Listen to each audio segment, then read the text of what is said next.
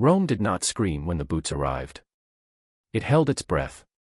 The streets learned to listen, the churches learned to lie, and the shadows learned to move on their own. By 1943, fear had soaked into the stone so deeply that even prayers sounded cautious, as if God himself might be listening from the wrong side of the door. That was when the Irish priest began to walk faster than most men dared. He moved through the city with the calm of someone who had already accepted death, his red-lined cassock brushing past walls layered with centuries of confession. To the Nazis, he was invisible, another foreign cleric lost among incense and Latin. To the hunted, he was something else entirely. A rumor. A signal. A hand appearing where none should be. Every knock after sunset could mean arrest. Every bell toll could be a warning. Families vanished between dusk and dawn, leaving behind meals still warm and shoes still by the door. Somewhere beneath the Vatican, hidden corridors breathed with footsteps that were never meant to be counted. Names were erased. Faces were changed. Faith became camouflage. The priest knew the woods beyond Rome, places where the trees leaned close enough to hear secrets. He knew which monasteries would open their doors and which would pretend not to hear screams. He knew how to smile at checkpoints, how to bless soldiers who would have shot him if they understood who he truly was. They called him the Scarlet Pimpernel, but never to his face. Names were dangerous. Names could be followed. And yet, with every night that passed, the number grew, hundreds, then thousands, souls lifted out of the jaws of history while the world looked the other way. This is not a story of miracles announced from pulpits. It is a story of whispers, of footsteps echoing down forbidden corridors, of a priest who turned the heart of Rome into a hiding place, and of a mystery buried so deep in the woods that even time was afraid to uncover it. When Rome fell under Nazi occupation, it did not happen with a single dramatic collapse, but with a slow, suffocating tightening of control that turned everyday life into a calculated risk. German troops moved into the city with mechanical precision, their presence reshaping the ancient capital into a place where history itself seemed to recoil. Checkpoints appeared at intersections that had once hosted markets and festivals. Familiar streets became monitored corridors, and the sound of boots striking stone echoed louder than church bells. For the citizens of Rome, the occupation felt like living inside a held breath, where every action was measured against the possibility of punishment. The Jewish population felt the shift immediately. What had been an uneasy tension transformed into open terror. Names were taken, addresses recorded, doors marked. Neighbors stopped making eye contact, not out of cruelty but survival. Trains stood waiting on the outskirts of the city, silent threats that required no explanation. Families learned to pack without knowing where they might be sent, or if they would ever return. Nightfall became the most dangerous hour, when arrests were swift and explanations unnecessary. Even institutions that had stood for centuries were not immune. Churches, convents, and monasteries watched the city change through iron gates and shuttered windows. Priests lowered their voices. Confessionals filled with fear rather than sin. Rome, once a city of open plazas and public life, began folding inward, hiding behind stone walls that suddenly felt thin. The occupation rewrote the rhythm of daily existence, replacing spontaneity with caution and trust with silence. The Nazis treated Rome not just as a strategic prize but as a symbolic conquest. Controlling the eternal city meant controlling a narrative, and that narrative demanded obedience. Posters went up, curfews were enforced, and resistance was punished publicly to discourage imitation. Yet beneath the surface, defiance simmered. Not the kind that announced itself with weapons, but the quieter kind that passed messages through kitchens, hid strangers in basements, and memorized false names in case they were needed at dawn. This atmosphere of dread turned the city into a hunting ground. Every footstep behind you could belong to a soldier. Every knock at the door could end a life as it was known. It was within this environment that survival depended not on strength, but on invisibility and timing. Rome became a maze where the hunted learned to move through shadows, and where one wrong turn could erase an entire family.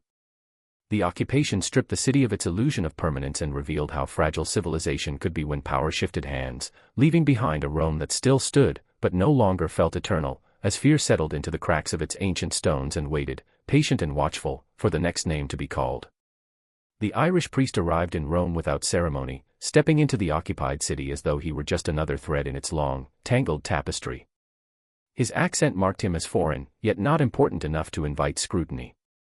In a place flooded with clergy from every corner of Europe, he blended easily, his presence dismissed as routine.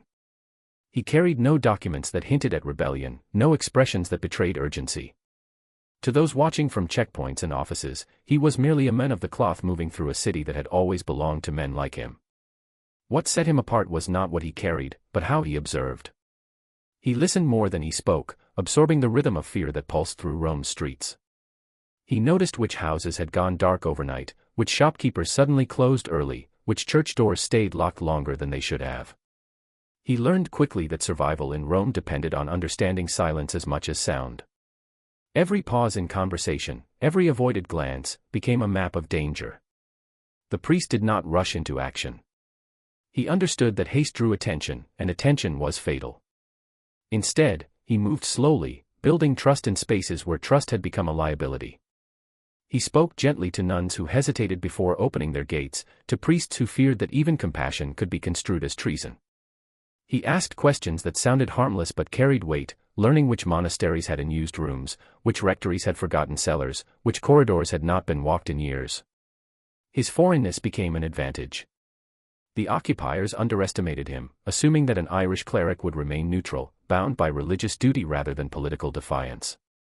He smiled easily at soldiers, offered blessings that meant nothing to them, and passed through checkpoints with the practiced calm of someone who belonged everywhere and nowhere at once. Each crossing became a rehearsal for something larger, a test of how much could be done in plain sight without being seen. At night, when Rome seemed to shrink into itself, he walked longer routes through the city, memorizing alleys and side streets, learning which paths were watched and which were forgotten. He prayed, but his prayers were sharpened by intent, focused less on salvation beyond this world and more on survival within it. He sensed that his arrival had not been accidental, that he had been drawn into a moment where inaction would be its own form of betrayal. The priest understood that courage in Rome could not look like defiance. It had to look like normalcy, like routine, like a man simply going about his clerical duties while something far more dangerous gathered beneath the surface. His quiet arrival marked the beginning of a role he would never publicly claim, stepping into a city under occupation not as a hero, but as a shadow willing to move where others could not, accepting that once he began, there would be no safe way to stop, and that anonymity would be both his shield and his sentence. As the occupation settled into Rome, disappearances became a grim routine, so frequent that they almost blended into the background noise of survival. Jewish families who had lived in the same neighborhoods for generations began to vanish without warning, leaving behind apartments that felt abruptly abandoned rather than vacated. Beds were unmade, dishes left to dry, letters half-written on desks. The absence was not loud, but it was total, a kind of silence that spread from doorway to doorway until entire buildings felt hollowed out. Whispers replaced announcements. People spoke in fragments, careful not to say names aloud. A neighbor would be there one evening and gone the next, and no one would ask too many questions because questions had consequences. The streets learned these patterns quickly. Shops that once greeted familiar faces now served strangers, while some storefronts never opened again. Children noticed first, sensing that classmates were missing even when adults refused to acknowledge it. Teachers avoided explanations, moving lessons forward as if subtraction were a natural part of daily life. The priest witnessed these vanishing acts from the edges. He saw the way fear rearranged behavior, how people crossed the street to avoid being associated with the wrong surname, how landlords suddenly claimed ignorance of who lived in their buildings. Doors were sealed with official notices, transforming private homes into warnings. Each disappearance carried the same implication: someone had been seen, identified, and removed, and no appeal could undo it. Night was when the city lost its last illusion of safety. Trucks moved quietly through narrow streets, stopping without announcement. Soldiers entered buildings with lists in their hands, efficient and unhurried. The arrested were given minutes, sometimes seconds, to gather belongings. Those left behind learned not to cry out, because noise could summon attention, and attention could multiply the loss. By morning, Rome pretended nothing had happened, sunlight illuminating streets that still held the echo of boots. Rumors traveled faster than facts. Some said the disappeared were being sent north, others whispered of camps and labor, of places that existed only as threats. No one truly knew, but the uncertainty was its own form of punishment. It kept people frozen, unable to decide whether to flee or hide, whether to trust or withdraw. Fear became contagious, passing from one household to the next until even compassion felt dangerous. For the priest, each empty doorway was a measure of time running out. The disappearances were not random, they followed a logic designed to dismantle entire communities piece by piece. Watching families erased from the city sharpened his understanding of what was at stake. It was not just lives being taken, but history itself, memory being stripped from Rome street by street. The vanishings transformed fear into urgency, making it clear that silence would only accelerate the process, and that every day without intervention allowed the city to lose more of its soul, as people faded away into a system built to ensure they would never return, leaving behind only unanswered questions and rooms that no longer remembered who had lived there. The priest's understanding of Rome deepened not in its open squares, but beneath them, where the city revealed a second, hidden existence. What appeared above ground as solemn monasteries and quiet convents was mirrored below by networks of corridors, storage chambers, and ancient passageways carved long before the war. These spaces had been built for silence, for reflection, for retreat, and now they offered something far more urgent. The priest learned of them gradually, through hesitant conversations and half-finished sentences, as caretakers weighed the danger of speaking against the danger of remaining silent. Some passages were narrow enough that shoulders brushed stone, others wide enough to move groups unseen. They connected cellars to chapels, gardens to sacristies, and in rare cases, one religious house to another. Many had been forgotten, sealed by time and disuse, their entrances disguised behind shelving, altars, or false walls. The priest memorized each one, committing turns and slopes to memory like prayers, knowing that hesitation in the dark could cost lives. He understood that maps were useless here, knowledge had to live in the body. Access to these spaces required trust, and trust was scarce. Abbesses and superiors wrestled with fear as much as faith. Harboring fugitives meant death if discovered, not only for themselves but for everyone under their care. The priest did not pressure them. He spoke quietly of responsibility rather than heroism, of shelter rather than defiance. He framed the tunnels not as instruments of rebellion, but as continuations of a sacred duty to protect the vulnerable. Some refused. Others hesitated. A few opened doors they had sworn never to open again. Once revealed, the passages became arteries of movement. People were guided through them at night, their footsteps softened, their voices reduced to breath. Children were taught to follow the hem of a robe, to stop when it stopped, to say nothing no matter how afraid they felt. Candles were used sparingly, light controlled so it would not escape through cracks or vents. The underground smelled of damp stone and old wood, a scent that clung to clothing and skin, marking those who traveled there. The priest moved through these spaces with the same calm he showed above ground, though the danger was closer here. A single informant, a careless sound, could lead soldiers directly into the heart of the network. He coordinated movement with bells and timings, aligning passages with moments when the city's noise would mask them. The underground transformed monasteries from places of worship into sanctuaries in the most literal sense, redefining sacred space as something active rather than symbolic. These hidden routes allowed Rome to resist without appearing to resist, turning ancient walls into instruments of survival, and giving the priest a way to move the hunted through the city's veins while the occupiers walked its surface unaware. Disguises became the most delicate currency of survival, and the priest learned quickly that cloth and paper could save as many lives as walls and tunnels. In occupied Rome, identity was a weapon used by the authorities, and changing it, even temporarily, was an act of quiet rebellion. The priest oversaw a system in which appearances were carefully altered, not to draw attention, but to dissolve into the background. A robe, a uniform, a work permit, or a stamped document could mean the difference between passing a checkpoint and being pulled aside. Clerical clothing was the simplest transformation. Monasteries dressed fugitives as novices, altar servers, or lay workers attached to religious houses. Hair was cut or covered, posture corrected, and speech rehearsed. Those who had never set foot inside a church learned prayers they did not believe in, repeating them until they sounded natural. The priest understood that confidence was part of the disguise, hesitation invited questions, and questions invited scrutiny. He coached people not just on what to wear, but on how to move, where to look, and when to remain silent.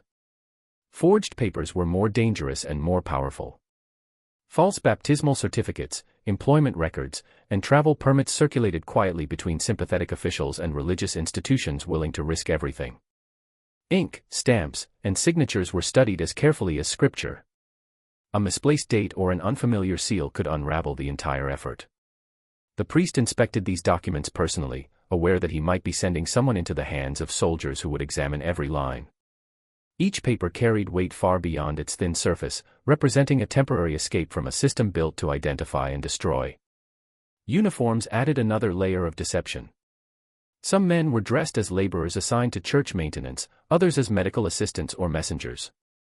These roles allowed movement through the city without raising suspicion. The irony was not lost on the priest, watching people survive by wearing the symbols of a regime that sought their erasure.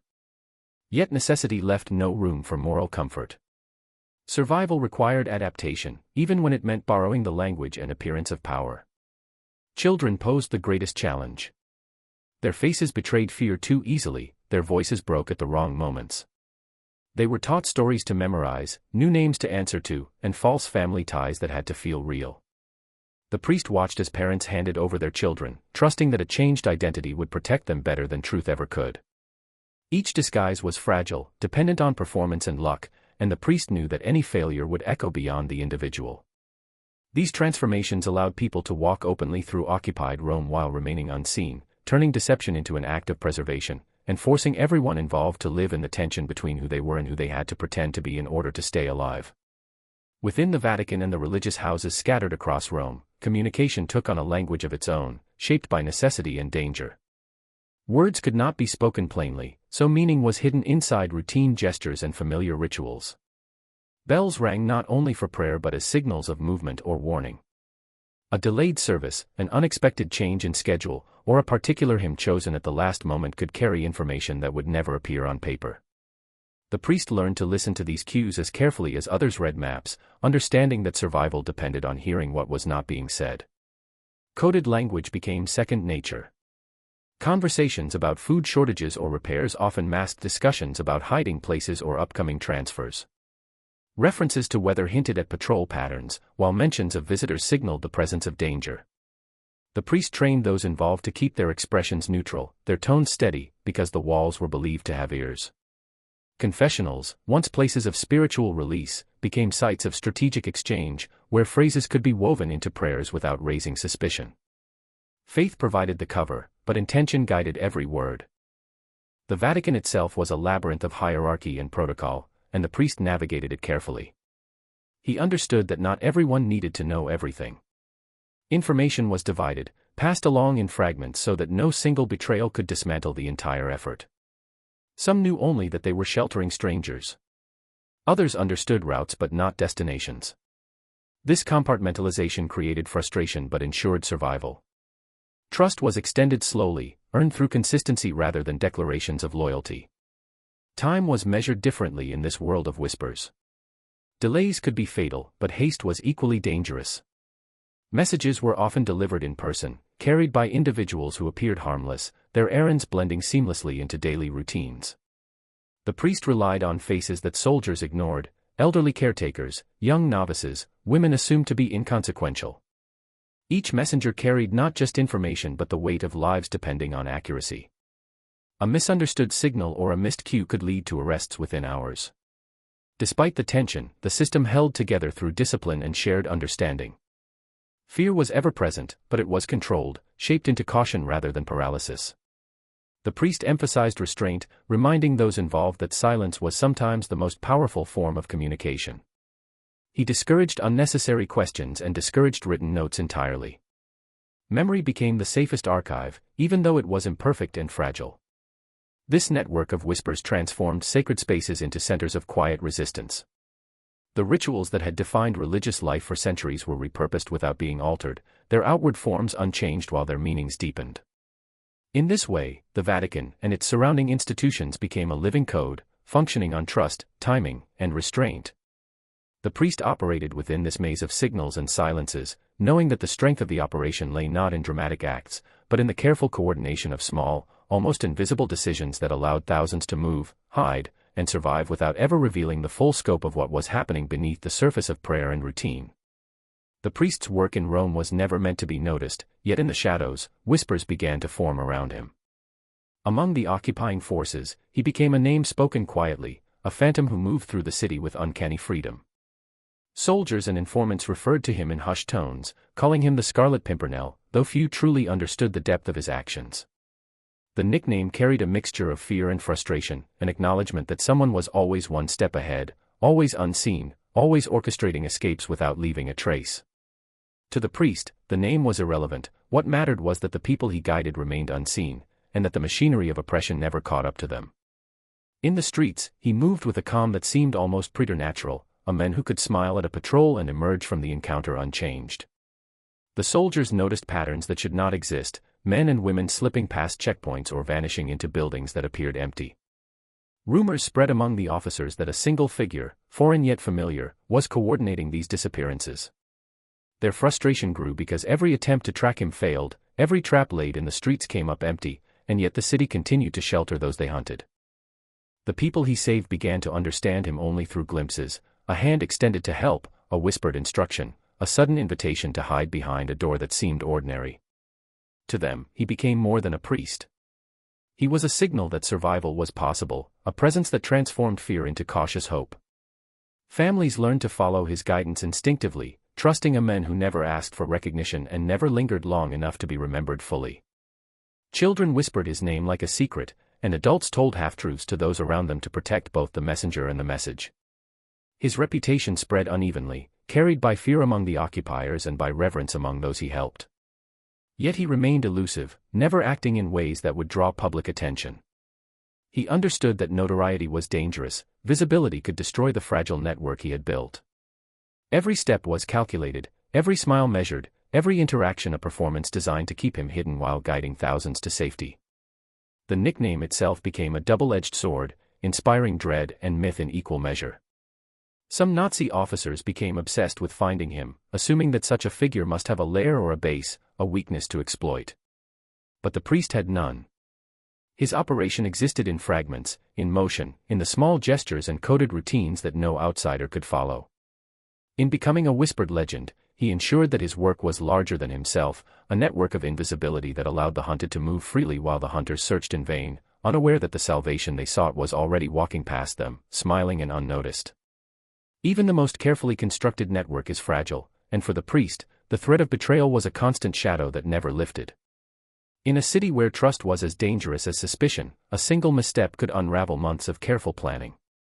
He had built his operations on compartmentalization, ensuring that knowledge was shared only as necessary, but human frailty proved impossible to eliminate entirely. One night, a trusted intermediary made a choice, a seemingly small decision that would ripple outward with consequences too large to contain. The betrayal was subtle at first, a delayed message, an unusual question, a hesitation that might have been dismissed under normal circumstances. But the priest noticed, because he had trained himself to read nuances others overlooked. The intermediaries who moved people through safe houses and tunnels suddenly became unpredictable. Routes once reliable felt exposed. Families that had been hidden with confidence now teetered on the edge of discovery. Rome's quiet fear grew louder in the priest's ears because one weak link had opened the door to danger. Panic was not an option. The priest moved quickly to assess the damage and contain it. He rerouted those in hiding, altered plans on the fly, and reassured allies without revealing the scope of the problem. His calm demeanor masked an inner urgency, lives depended on his ability to act decisively while maintaining the illusion of normalcy. Every corridor, every hidden room, every trusted messenger was scrutinized anew. The betrayal, though singular, threatened to expose the network in ways that could not be undone with apologies or explanations.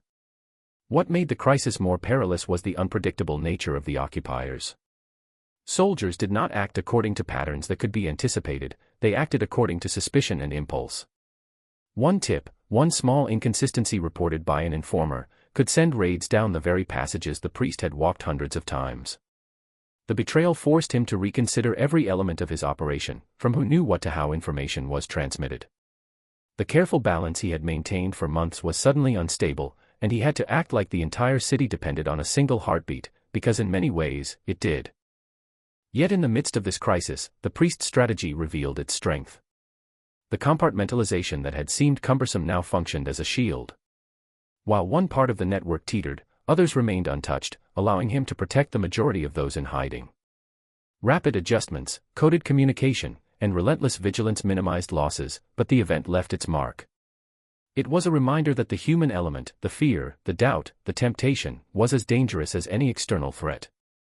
The betrayal highlighted the precariousness of defiance under occupation, showing that even the most heroic efforts could be undone by a single moment of weakness, and that survival depended not only on courage but on constant, unyielding awareness. As the Nazi occupation of Rome tightened its grip, the trains became symbols of urgency and terror, their silent carriages waiting patiently at the edges of the city. These steel beasts represented more than transportation, they were conduits for destruction, moving people to fates unknown, carrying thousands away under the guise of order and necessity. Each whistle and each distant rumble through the outskirts reminded the priest that time was no longer measured by hours or days, but by the precarious window in which lives could still be saved. Every day wasted increased the risk that entire families would be swept away, their existence erased before intervention could reach them. The trains transformed the city into a countdown. Routes had to be timed precisely, safe houses coordinated with arrivals and departures, and escape paths synchronized with patrol patterns. The priest understood that a single misstep could coincide with a scheduled transport, turning a rescue into a catastrophe. Each train departure compressed reality, making the city feel smaller and the danger larger. Fear became tangible, pressing against walls and doors, urging action where hesitation had once been possible. For those being hidden, the trains were a constant, ominous presence. Families whispered about the moments when neighbors disappeared quietly in the night, transported toward destinations they could not name. The fear of being seized at a station or rounded up before reaching a hiding place dictated behavior. Every movement had to be calculated. Children were coached to stay silent at crucial moments, adults memorized routes and landmarks, and no one allowed themselves to assume that concealment alone guaranteed safety.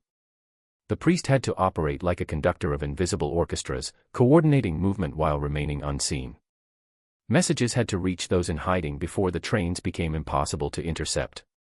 He leveraged the smallest windows of opportunity, guiding people through alleys, underground passages, and backstreets to avoid the gaze of soldiers who expected compliance. Timing was everything, a minute too soon or too late could spell capture. Even the smallest delays became significant. A street blocked by routine patrols, a bridge under inspection, or a caretaker too nervous to move on schedule could affect the flow of dozens, potentially hundreds. Every delay caused time to bleed faster than faith could stretch it. The priest's work required him to anticipate, to predict, and to adjust constantly, understanding that in a city where movement was life, the train's presence was both a threat and a marker of how precarious the moment truly was. Rome itself seemed to pulse with the rhythm of the rail lines, and the priest's every decision had to dance with that rhythm, ensuring that as the wheels of fate turned, those he protected could slip away, unseen, before the iron monster reached its deadly destination. Children became the most delicate and urgent responsibility in the priest's efforts, their smallness making them both easier to hide and more vulnerable to discovery. They could move quietly through spaces adults could not, slipping under benches, behind curtains, and into hidden alcoves, yet their fear was palpable, and their instincts often betrayed them. In the monasteries and convents that had agreed to shelter fugitives, the priest supervised the careful placement of these children, ensuring that every hiding spot was chosen with precision and that every escape route was mapped in case of sudden danger. Even the smallest lapse could result in exposure, and the priest bore the weight of that responsibility with a tense vigilance that never wavered. The children were trained to blend seamlessly into the routines of religious life. Choir robes, simple habits, or the guise of servants allowed them to move in plain sight, but acting naturally required preparation. They were taught to bow their heads, to follow orders without question, and to answer only when necessary, using names that were not their own. Play became a rehearsal for survival, every game practiced caution, every whispered instruction reinforced the need for silence. The priest recognized that protecting innocence did not mean shielding children from reality entirely, it meant equipping them with the tools to survive it. Families entrusted their most precious lives to him, leaving children in his care while the adults remained in constant danger. The priest coordinated transfers between safe houses, often moving groups under cover of darkness, guiding them through narrow passages, corridors, and hidden stairwells. He timed each movement carefully, aware that any interruption, an unexpected visitor, a patrol, a creaking floorboard, could ruin weeks of planning in a single instant. Every detail mattered, from the way a child carried a bundle to the sound of footsteps echoing in empty halls. Hiding children in plain sight required constant adaptation. Some were placed behind altar rails during services, others in storage rooms disguised as supply closets, and some among novices who had grown accustomed to the rhythms of monastery life. The priest taught them to memorize landmarks, to recognize safe zones, and to react instinctively to danger without hesitation. Observation became a skill as vital as obedience. The children learned to read subtle cues from adults, to sense tension, and to move when directed without question. Through this careful orchestration, the priest transformed fear into structured action. The children, who might have been the most at risk, became the most protected, moving through spaces where even soldiers dared not enter freely. Their survival depended on discipline, trust, and timing, and the priest maintained the balance with meticulous care. Each successful transfer reinforced the fragile network he had built, showing that even the smallest lives could be preserved amid a city that sought their erasure, and that the careful guidance of a single man could make the difference between life and disappearance, between hope and despair. As the priest's operations grew more effective, so did the attention of those who sought to dismantle them. Among the Nazi officers stationed in Rome, one in particular began to notice patterns that others overlooked. Small anomalies, a person appearing in two places at once, a supposed novice moving too confidently through a checkpoint, did not escape his attention. Suspicion gnawed at him, growing steadily into an obsession that would force the priest to adapt in ways he had never imagined. Unlike the casual patrols, this officer studied the city, memorized routines, and questioned even the mundane. His mind was sharp, and his methods thorough, making him one of the most dangerous adversaries the network had ever faced. The priest became aware that ordinary precautions would no longer suffice. Every familiar route now carried the risk of surveillance. Every safe house, previously secure, had the potential to be compromised. Even minor gestures, turning a corner too quickly, glancing over a shoulder, could be misinterpreted as guilt. The officer's growing awareness demanded a recalibration of the entire operation. The priest had to find new corridors, create new signals, and train those in hiding to move with greater subtlety. The city itself became a chessboard, each building, street, and tunnel a piece whose position mattered in ways it had never mattered before. Children and adults alike were given new instructions. Exit strategies were modified, contingencies doubled, and movements spaced more carefully. The priest understood that one careless act could unravel months of work and potentially expose hundreds to danger. He reinforced the importance of silence, practiced new disguises, and rehearsed escape sequences in ways that seemed almost ritualistic. Every step was precise, every decision weighted with consequence. Even the smallest oversight could have catastrophic results, and the priest bore the responsibility of anticipating every possible variable. The officer's presence also forced the priest to become more psychological in his approach. He observed patterns in human behavior, anticipating fear, hesitation, and error in both his allies and the enemy. He created diversions, subtle and nearly invisible, to mislead the officer's suspicions. Fake errands, phantom movements, and timed appearances were orchestrated with surgical precision, turning the occupied city into a stage where only the priest knew the full plot. Despite the mounting tension, the priest never lost composure. Each confrontation with the unseen scrutiny of the officer tested not only his ingenuity but his ability to maintain calm under pressure. Rome itself seemed to tighten around them both, the city's ancient streets a maze of opportunity and threat. The priest understood that survival no longer depended solely on hiding and movement, it depended on anticipation, misdirection, and the ability to remain one step ahead of an adversary whose mind was as calculating as any battlefield strategy, and whose suspicion could bring the network crumbling down if underestimated. The priest's ability to walk freely through checkpoints became one of the most remarkable aspects of his work, a quiet defiance that confounded soldiers and protected countless lives. He moved with a casual composure, his cassock brushing lightly against the worn stone of Rome's streets, his gaze calm and unassuming. To the occupying forces, he appeared as nothing more than another foreign cleric, absorbed in ritual or errands, carrying the air of someone wholly innocent and wholly legitimate. Every interaction at a checkpoint was a performance, measured in seconds, where a single hesitation could invite scrutiny and a single misstep could endanger everyone he had sworn to protect. He relied on subtle cues and practiced gestures, the slight tilt of his head, a nod of recognition, the measured placement of his hands. These motions, repeated thousands of times, became second nature. Soldiers never suspected that behind the serene exterior lay an intricate knowledge of the city, of secret passages, and of hidden families waiting silently to be moved. His calm was both shield and tool, convincing observers that nothing unusual existed when, in fact, he carried the weight of hundreds of lives across the city's checkpoints. The priest understood the psychology of his enemy. He smiled in a way that seemed habitual, asked questions that appeared routine, and maintained a cadence in conversation that suggested nothing more than clerical concern. He blended with a precision that was nearly imperceptible, turning normalcy into an instrument of survival. Each step, each word, each glance was calculated to maintain invisibility. He knew that visibility was a weapon the occupiers could wield with lethal efficiency, and so he learned to move as if he were part of the city's ancient rhythm rather than a participant in extraordinary acts of defiance. These checkpoints, normally instruments of control and intimidation, became stages for the priest's mastery of subtlety. Soldiers watched and questioned, yet they were consistently deceived, unable to discern the undercurrent of purpose beneath the outward calm. Each successful crossing reinforced his confidence and that of those he protected, demonstrating that boldness did not always require confrontation, but could exist in the guise of ordinariness. The freedom to move was not without its tension. Every day presented new variables, unfamiliar guards, altered schedules, or unexpected inspections.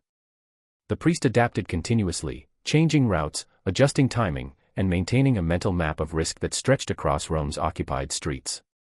His movements were like a pulse within the city, unnoticed by most but critical to survival. Through these crossings, he ensured that the network of hidden families remained operational, that children and adults alike could reach safety, and that the ever-tightening grip of occupation could be quietly circumvented, allowing life to persist beneath the shadow of relentless surveillance. One night, the delicate balance of the priest's operation was threatened by the sudden arrival of a raid, an unpredictable and violent intrusion that swept through part of the city with an efficiency born of fear and authority.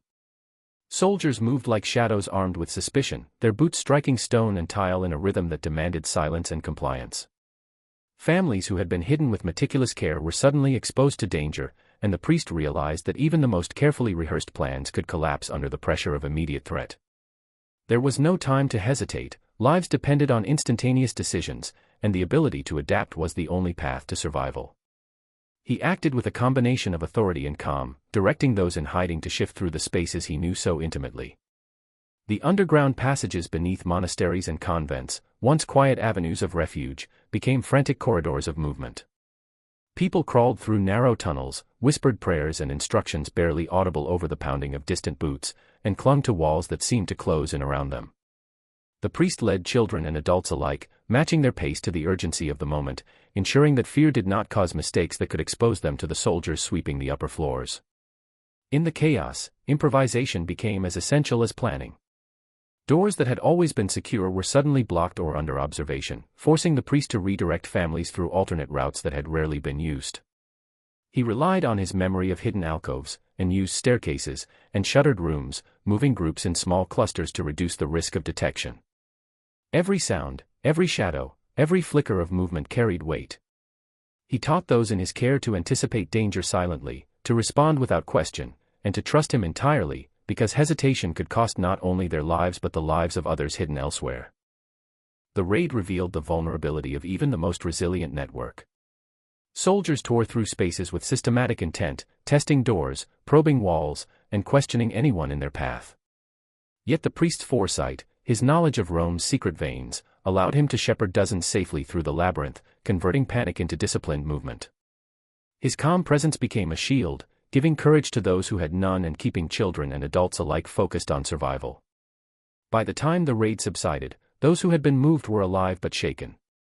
The city returned to its quiet rhythm, yet the event left a lingering tension that sharpened the priest's vigilance.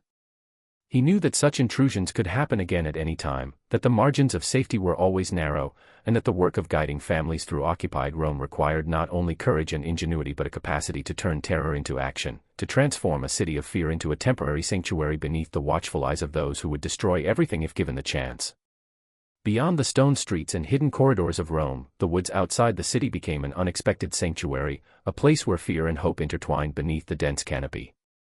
The trees leaned close, their branches tangled like protective arms, and their shadows created pockets of concealment that even trained eyes could struggle to penetrate. For those fleeing the city, the woods were both refuge and prison, offering safety from immediate capture while demanding constant vigilance. Every rustle of leaves, every snap of a twig, could signal danger or simply the wind, and the priest understood that the uncertainty was part of the terrain he had to navigate with precision. The journey into the woods required careful timing and preparation. Groups could not travel openly, they moved in silence, guided by instinct and the priest's quiet commands. Children were instructed to follow closely, to step lightly, and to suppress any sound that might betray their presence. Adults carried bundles of necessities, but even these had to be managed so that weight and movement did not create unnatural noise. The priest led these movements, combining knowledge of geography with an understanding of human behavior, predicting the likely paths of patrols while assessing the limits of endurance for those in his care. Once inside the woods, concealment was only the first challenge. The forest itself was dense, uneven, and disorienting, requiring constant attention to avoid injury or separation. The priest had mapped natural clearings, hidden hollows, and streams that could serve as both markers and lifelines.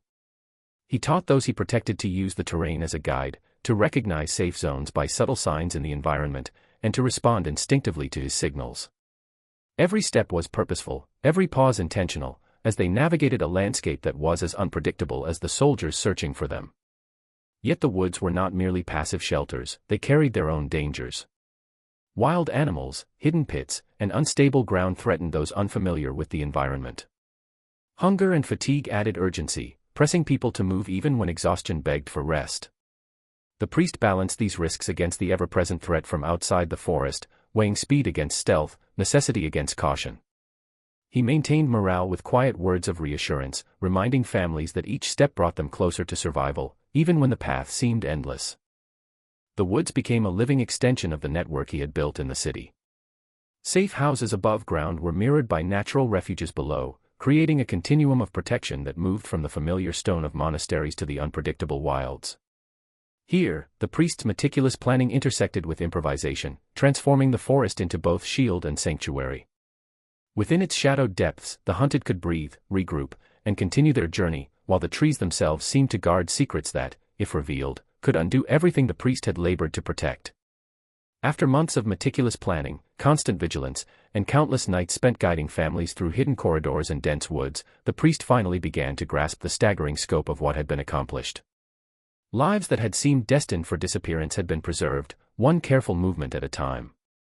Hundreds, then thousands, had been guided to safety, carried through checkpoints, disguised in robes or uniforms, or led along secret paths known only to a few.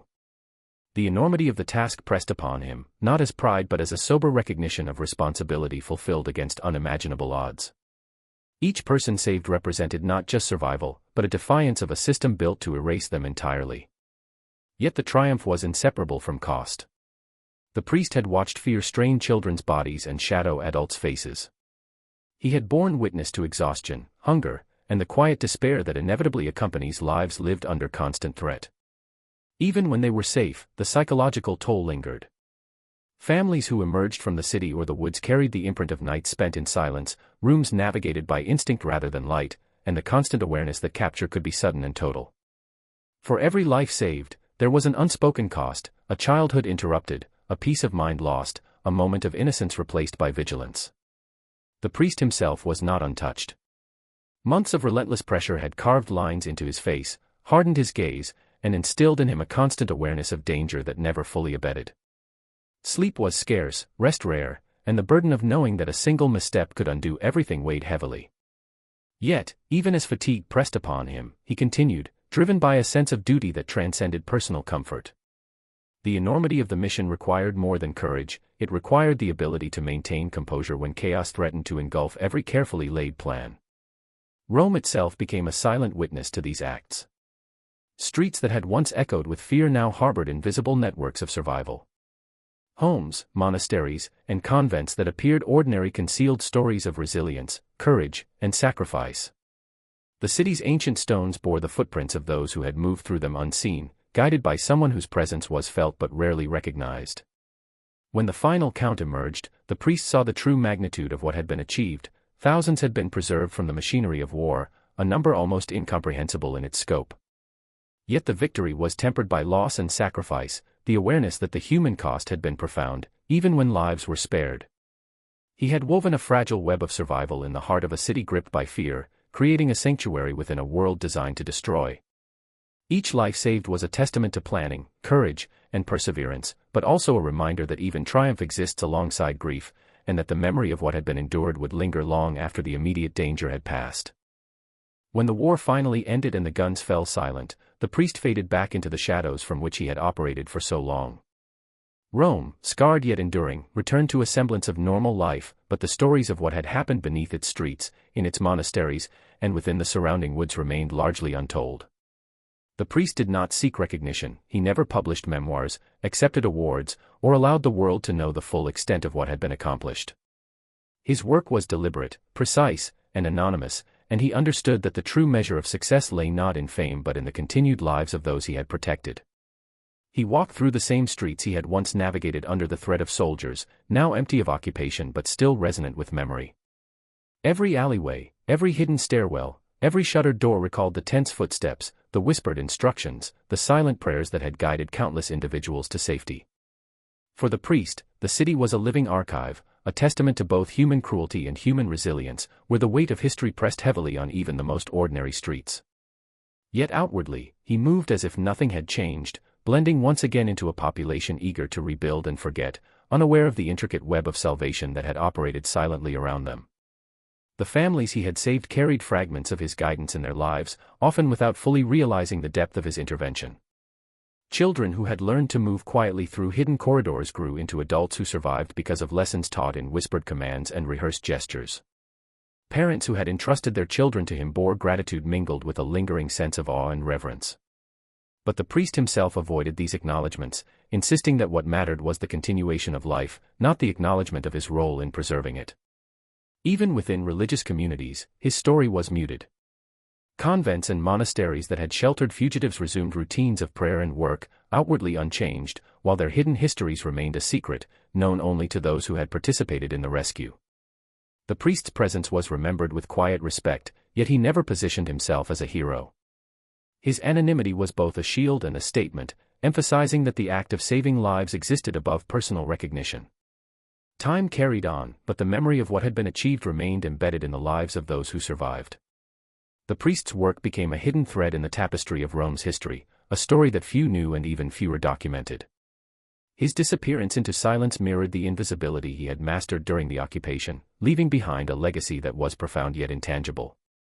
In retreating from public view, he ensured that the lives he had preserved could flourish independently, carrying forward the consequences of his courage while the man himself became a ghost among the living, a mystery hidden in plain sight, whose impact would ripple quietly across generations without ever demanding acknowledgement or applause.